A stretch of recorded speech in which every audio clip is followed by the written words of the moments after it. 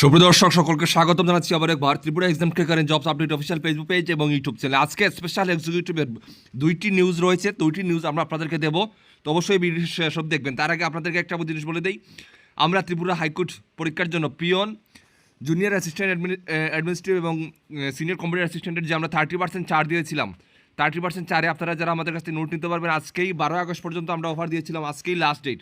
যারা নিতে চান আমাদের হোয়াটসঅ্যাপ নাম্বারে যোগাযোগ করে নিয়ে নেবেন, স্ক্রিনে দেওয়া থাকবে। ঠিক আছে, আমরা বিস্তারিত আলোচনাতে চলে যাচ্ছি। আজকের যে মেইন দুইটি নিউজ পেপারে প্রকাশিত হয়েছে আপনাদের দেখুন, স্পেশাল পুলিশ নিয়োগ দুয়াশাময়। ঠিক আছে, স্পেশাল পুলিশ নিয়োগ দুয়াশাময়, এটা সন্দন প্রতিনিধি পত্রিকাতে দেওয়া হয়েছে 9 আগস্ট, মনে রাখবেন। এখানে কি বলা হয়েছে দেখুন, ভিডিওটা বেশি করে শেয়ার হওয়া চাই। এখানে বলা হয়েছে যত দিন যাচ্ছে ত্রিপুরা পুলিশের স্পেশাল এক্সিকিউটিভ পদে নিয়োগ নিয়ে ধোঁয়াশা তৈরি হচ্ছে। বেকারও হতাশ, দ্বিতীয়বার আবেদন গ্রহণের পরেও কারোর কোনো এখানে স্পেলিংটা ভুল নেই, মুখে কুলুপ তাবড় পুলিশ অফিসারদের যদিও বারবার মুখ্যমন্ত্রী কয়েকবার ডাক্তার মানিক সাহা পুলিশের স্পেশাল এক্সিকিউটিভ পদে শীঘ্রই নিয়োগ করা হবে বলে আশ্বস্ত করেছিলেন। এটা আমরা বারবার দেখেছি। হ্যাঁ, সরকার বলেছে 6067টি পদে স্পেশাল এক্সিকিউটিভ নিয়োগের প্রক্রিয়া চালু আছে। প্রক্রিয়া বাতিল করে নতুন পদক্ষেপ নেওয়ার চিন্তাভাবনা হয় আরক্ষী প্রশাসনে। এভাবে বেকারদের সাথে রসিকতা করা হচ্ছে বলে এক সময় বিধানসভায় আঙ্গুল তুলেছিলেন বিধায়ক সুদীপ রায় বর্মন। খবর নিয়ে জানা গেছে, আজ থেকে মাস চারেক আগে হঠাৎ করে তৎপরতা শুরু হয়েছিল। পুলিশ সদর দপ্তরের ব্যস্ততা বেড়ে যায়। পুলিশ কর্মীদের আশা ছিল এবার হয়তো পুলিশ এক্সিকিউটিভ পদে অফার ছাড়া হবে, কিন্তু কই? মুখ্যমন্ত্রী ডাক্তার মানিক সাহাকে এ বিষয়ে প্রশ্ন করা হলে তিনি প্রায়শই বলেন সঠিক সময়ে ছাড়া হবে।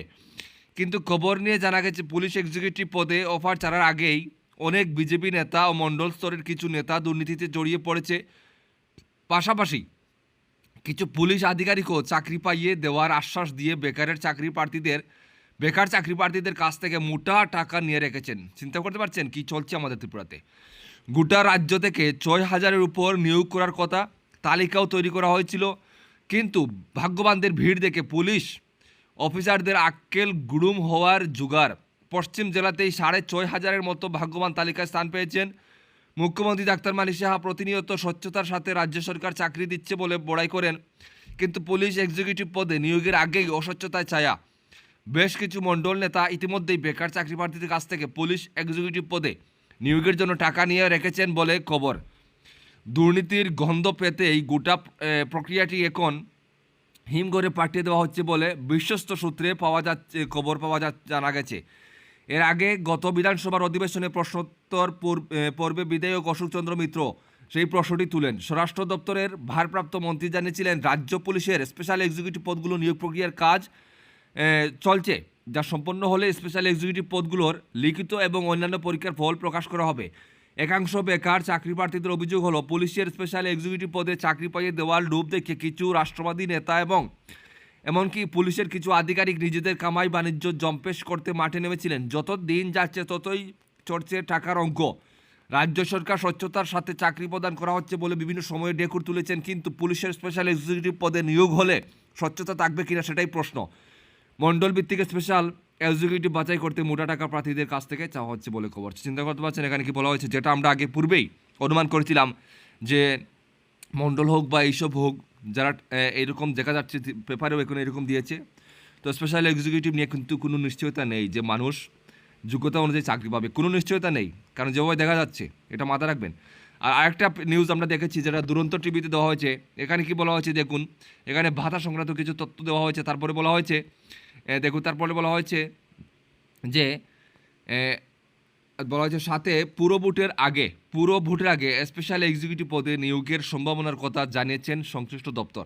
এটা দুরন্ত টিভি বলেছে। ঠিক আছে, এই জিনিসটা বলেছে, তবে এটা কতটুকু সত্যতা সেটা আমাদের জানা নেই। তবে মেইন যেটা জিনিসটা এই পেপারটাতে যেটা দেওয়া হয়েছে সেটাই আমাদের কাছে সত্য লাগছে। কারণ বর্তমানে যদি সঠিকভাবে এটা রিক্রুটমেন্টটা প্রসেসিং হতো তাহলে এত বছর লাগার কথা নয়। নিশ্চয়ই এটাতে দুর্নীতি চলছে, এই জন্য বারবার এটা পিছিয়ে যাচ্ছে। এটার একটা বিষয়, এটা একটা সরাসরি আমাদের মনে হয় আমাদের রাজ্যের মুখ্যমন্ত্রীর সাথে সরাসরি বেকাররা নিয়ে আলোচনা করলে সেটা সবচেয়ে বেটার হবে। এটার যদি এরকম ত্রিপুরার চাকরির ব্যবস্থা হয়ে থাকে, তাহলে আমাদের রাজ্য গভর্নমেন্ট যেভাবে বলে যে স্বচ্ছতার সহিত চাকরি দিচ্ছেন, সেটা কোথায়, সেই স্বচ্ছতাটা কোথায় সেটা আমাদেরকে দেখতে হবে। স্পেশাল এক্সিকিউটিভ নিয়ে বারবার এরকম হয়রানির শিকার করা হচ্ছে বেকারদের সাথে, এটা কতটুকু সঠিক সেটা প্রশ্ন থেকে যায়। ঠিক আছে, আপনারা সবাই অবশ্যই ভিডিও শেয়ার করবেন এবং রাজ্যের মুখ্যমন্ত্রীর কাছে ট্যাগ করে এই জিনিসটা জানতে চাইবেন, এটাই বলবো। সবাই ভালো থাকবেন, ভিডিও শেয়ার করে দেবেন। জয় হিন্দ।